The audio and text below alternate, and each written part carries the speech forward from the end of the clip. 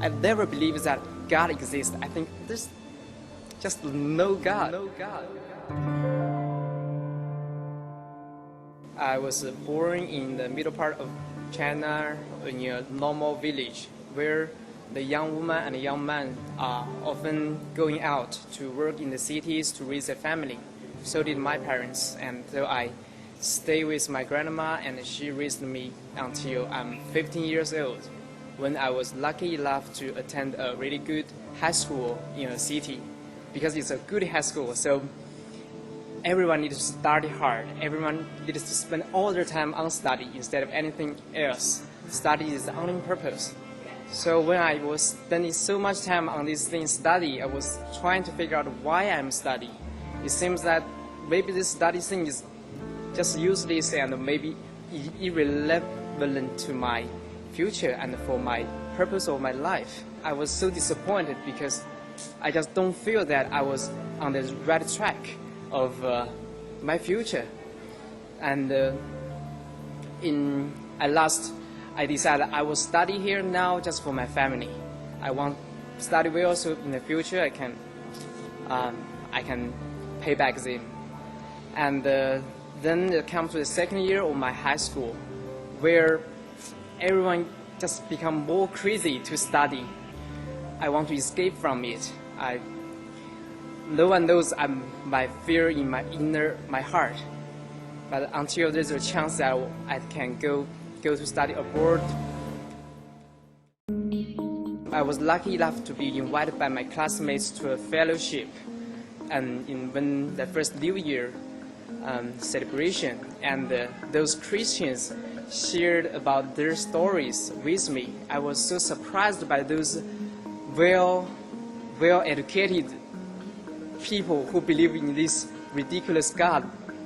There's never a God in my life. I've never believed that God exists. I think there's just no God. So these well-educated people told me that there is a God.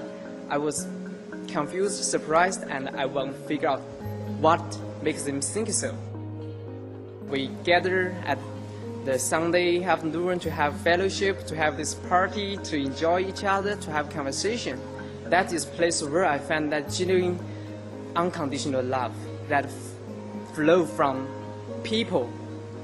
I never think that there can be some kind of unconditional love because there's only benefits among people instead of unconditional thing. So I really want to figure out what makes them be so selfishness. I want to know why. And I want to figure out who this God is. If he is really so powerful that can make selfish human beings act like that. So I was thinking, I was reading, I discussed with a lot of people, and after 1 year, there come to a point that I feel so close to this God. I want to have that kind of joy and that kind of selfishness. So I make the decision to follow Jesus.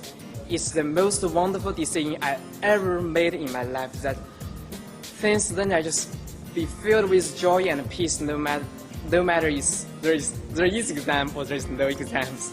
And it's just I don't care about if I will go back to be a farmer or I will be a professional or I go into be someone rich or poor, because this kind of joy are most important to me. I will never let anyone to take this joy from me, and I want everyone to have this joy like I have it. So I just really put my future into the hands of God. I want Him to guide me to where that I can be a blessing to others instead of just having fun myself, make myself feel better, make people around me feel better about themselves or about me. That's irrelevant. That's not important. The important is have this relationship, and I want this relationship to guide me in the future.